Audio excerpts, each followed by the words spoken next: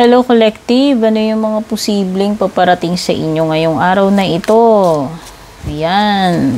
Don't forget to like, share, follow, subscribe. At regarding personal reading services, mag-PM lang po kayo sa aking official Facebook page. Beware, maraming kumakalat na fake accounts gumagaya ng page natin. Tandaan nyo kapag nag-PM sa inyo yun, naunang mag-PM para mag-offer ng kung ano-ano or manghingi ng kung ano-ano red flag. Hindi po ako yun. Never ko po yung ginawa at never ko po yun gagawin. Okay? Make sure naka-follow kayo sa legit na page ko. Ayan. Tingnan na natin. Ano yung mga posibleng paparating sa'yo? Ikaw, nanonood. Kung kailan mo man ito makita. Unang-una, ayan. Merong kawalan ng focus or goal. Okay, pwedeng walang ma-achieve, walang ma-accomplish. No, kung wala kang specific na na goal, importante 'yon. So ibig sabihin dapat objective ka, meron kang goal and meron kang sinusundan na doon na planning and course of action. Hindi lang sapat na may goal ka, no? So, ayan, nakikita ko dito parang situation na walang malinaw na direction. Kung hindi man ito about goal or situation na magulo. Scattered energy. Hindi alam kung ano yung next na mangyayari.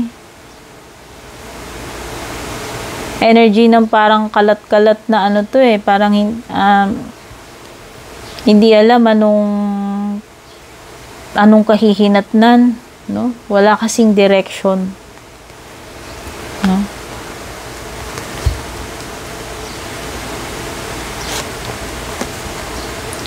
Okay, may dealing sa relationship daw with a younger man. With a man pala, walang sinabing young. Sino man tong lalaking to. Makakadil mo or you have a relationship with. Ano mang relationship yan, romantic, friendship, business, etc. or family, no? Basta may lalaking energy dito. O, affairs with your family. Pwedeng family member. Okay? So, may mga, usaping pamilya or mga kaganapan, family related, no? You will be shown the way. Ayan. Huwag kang mag-alala kasi i-guide ka. Kasi nga dito parang wala kang direction eh. So ask for guidance prayer from your angels and guides. Yan.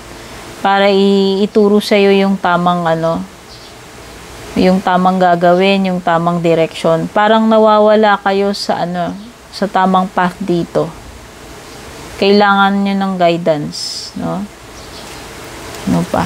Paparating sa inyo. O, babae naman to. So, merong babae, lalaki energy dito. Dealing sa relationship with a woman naman to. Ano mang relationship yan, romantic man hindi, relative man hindi.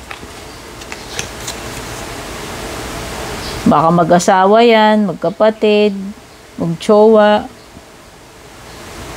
Someone is behaving stupidly. Ito na naman yung card. May na-okray na naman dito, sinasabi ng Turkey. Oh, meron daw dito, hindi nag-iisip kung sino man yan, nakakadil mo.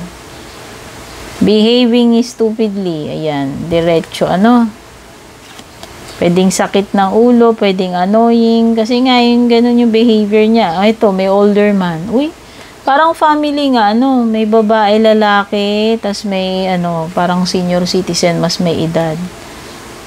May family dito.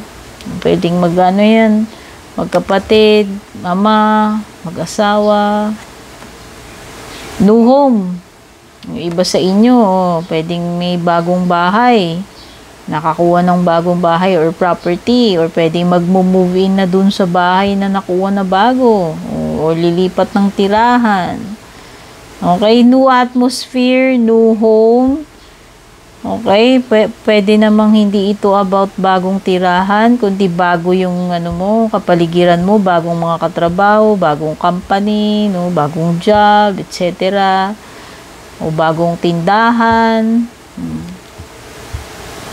no attitude. So, kaakibat nung pagbabago ng place, paglipat, pag-a-adjust din ng attitude. No? May kasama siya, hindi lang binabago mo yung, kumbaga, bagong chapter ka na dyan, bagong lipat ka na, and then, hindi mo na dapat dalhin yung mga old, alam mo yun, old attitude mo, or old beliefs, etc. doon sa bago. Okay? Kumbaga, dapat bago lahat. Climbing towards success, ayan, yung iba sa inyo, may pagle-level up na darating, aangat position ninyo, sa career, sa kabuhayan ninyo, ibig sabihin may development, may improvement. So yun nga, sabi ko nga may leveling up, okay? So ayan, ito yung mga posibleng paparating sa inyo ngayong araw na to or sa mga susunod na araw depending on kailan nyo po ito mapanood. Don't forget to like, share, follow, subscribe. Take care and God bless.